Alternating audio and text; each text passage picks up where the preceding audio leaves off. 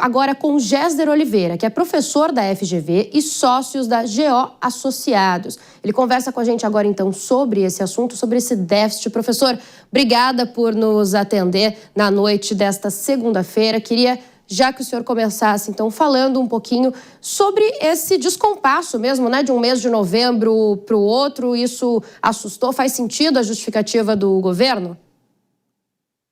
Muito boa noite, é um prazer conversar com você, Beatriz, conversar com a Jovem Pan News.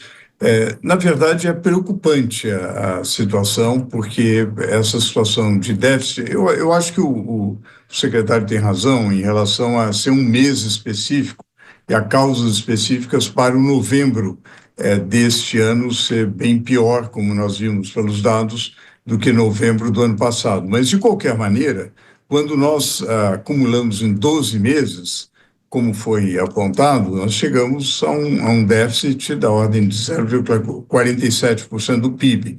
Quer dizer, e são déficits que o país vem repetidamente registrando. Então, é uma situação de desequilíbrio estrutural das contas públicas. Então, é algo que realmente gera preocupação, e o resultado disso, se não for corrigido, o resultado disso é um endividamento crescente, o que provoca uma situação de insegurança e, naturalmente, dificulta, coloca obstáculos a algo que toda a economia precisa, que é uma redução da taxa de juros. Professor, é otimista acreditar que o ano vai encerrar mesmo com esse déficit de zero, ou dá sim para fechar essa conta no azul? Olha, do ponto de vista da definição do arcabouço fiscal, de poder ter um déficit de até 0,25% do PIB e estar dentro desse limite, isso provavelmente deve ocorrer. Eu acho que é razoável fazer essa projeção. O problema, Beatriz, é que vários itens de despesa foram retirados da meta fiscal.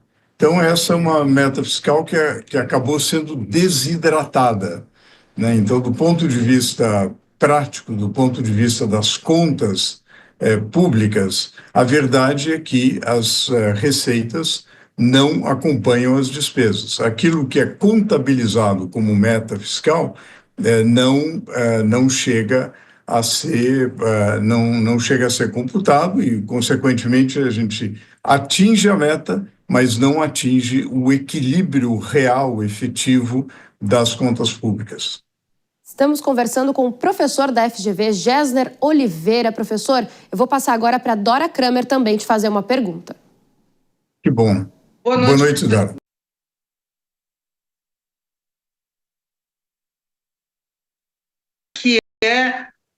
Eu estou chamando, eu não sei se é correta, essas exceções, porque não são poucas exceções, é quase uma regra, né? Essas exceções se transformaram em quase uma regra, um volume enorme. Não sei se eu estou certa, mas a mim me parece que isso é uma tremenda de uma maquiagem do arcabouço. Eu queria que o senhor falasse um pouco sobre isso. Isso é cumprir a meta, ou essa meta que se diz que está sendo cumprida é uma ficção, dada que ela parece uma peneira, tanto são os puros e as exceções? Dora, você tem toda a razão. Na verdade, fica uma meta café com leite. É aquela assim, você pede para o garotinho, para a garotinha chutar a bola, ele não acerta, aí você muda um pouquinho e fala, agora acertou. Houve várias despesas, isso é normal, houve várias despesas que não estavam previstas, tiveram que ser incorridas, mas quando você quer ajustar as contas e tem alguma despesa extraordinária, ou tem que pagar precatórios, ou tem uma situação em que você precisa ajudar algum estado da federação, etc., como de fato ocorreu, você tem que comprimir outros itens de despesa para cumprir a meta. Na verdade, o que aconteceu foi que essa meta foi sendo desidratada. Uma série de itens de despesa saíram da meta, e aí você consegue cumprir. É isso que retira a credibilidade deste chamado arcabouço fiscal. Eu acho que realmente o Brasil, olhando as contas com frieza, o Brasil terá que fazer um ajuste grande nas suas contas, e certamente qualquer governo que vier a assumir em 2027 terá que fazer um ajuste muito sério, terá uma bomba fiscal no seu colo. Professor, para a gente aproveitar a presença do senhor aqui, a gente falava agora há pouco no início do jornal Jovem Pan sobre a situação dos Correios, né, que apresentou hoje, então, o plano de reestruturação, já dizendo que no ano que vem vai precisar de mais uma fatia de 8 bilhões. Como é que o senhor está vendo essa situação? É possível essa reestruturação nos moldes que estão sendo colocados até o momento? Olha, eu acho que não. Eu acho que é uma má ideia.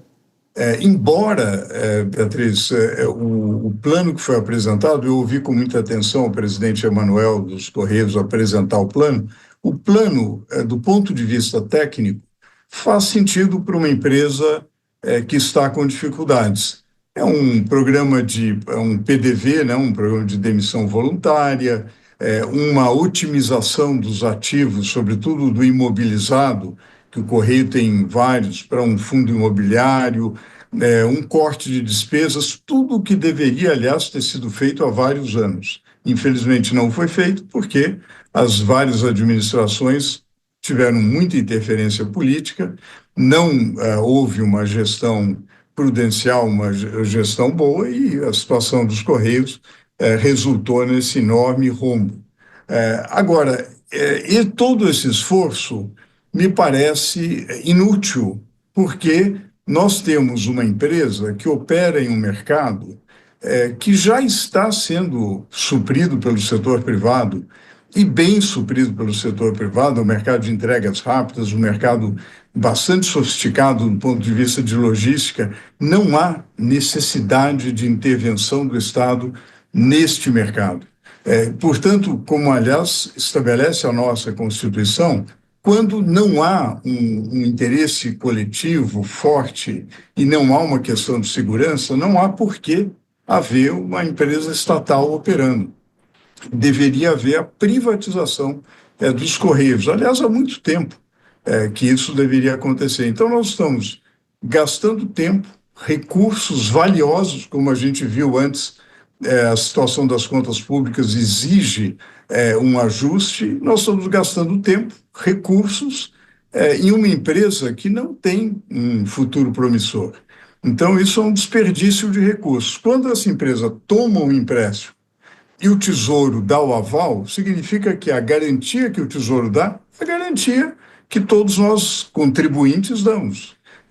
Que me parece que é um esforço inútil para um objetivo que não é um objetivo, não é uma prioridade. Os Correios deveriam estar num programa de privatização, e o atendimento de populações que estão em áreas remotas, etc., deveria ser feita com recursos do orçamento, ou estabelecer como uma condicionalidade num edital de privatização para que um agente privado o faça.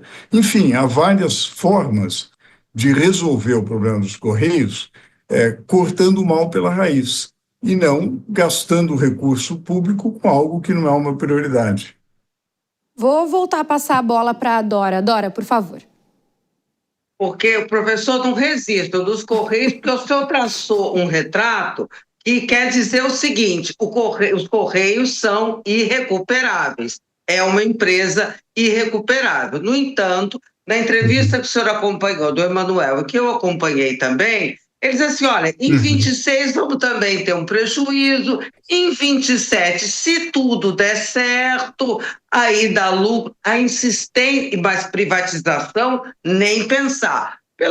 Pela razão principal que o senhor colocou aí, ingerência política, porque não é mole não, mais de 10 mil agências e postos de atendimento no país todo dá uma capilaridade política maravilhosa, né? A insistência do governo vai nos levar a quê em matérias de contas? A insistência na questão do Correio, já que ele é irrecuperável. No entanto, o nosso dinheiro vai para esse fundo desse poço mais e mais até, sei lá, 2026 pelo menos. Olha, Dora, é um ralo, né? Quer dizer, a gente está dando empréstimo para recuperar uma empresa que não tem a menor condição de concorrer com as plataformas privadas, que são muito mais ágeis. Não é que o privado é mais competente que o estatal, mas é que tem regras diferentes. A empresa estatal é muito menos ágil, e já perdeu o ritmo de avanço desse mercado. Então, a gente vai colocar um enorme esforço para pegar esse dinheiro de 12 bilhões agora, que pode ser mais depois, vai colocar nessa empresa que, no melhor cenário, vai conseguir pagar esse empréstimo. Mas e daí? E esses recursos todos que poderiam estar sendo alocados de outra forma, poderiam estar sendo alocados na saúde, na educação, na segurança, em um fechamento, nesse esforço de reequilíbrio das contas públicas, fundamental para reduzir a taxa de juros. Eu acho que a gente está perdendo energia para fazer algo que não é uma prioridade. Tudo para manter, como você colocou muito bem, um espaço de interferência política que só deteriora o ambiente político. Não vejo nenhuma vantagem. Acho que pode haver empresas estatais bem administradas, em segmentos onde elas de fato são necessárias. Certamente os Correios, hoje, no passado, já foram muito importantes e foram um orgulho do Brasil. Hoje não. Acho que deveria ser privatizado, deveria terminar o mal pela raiz.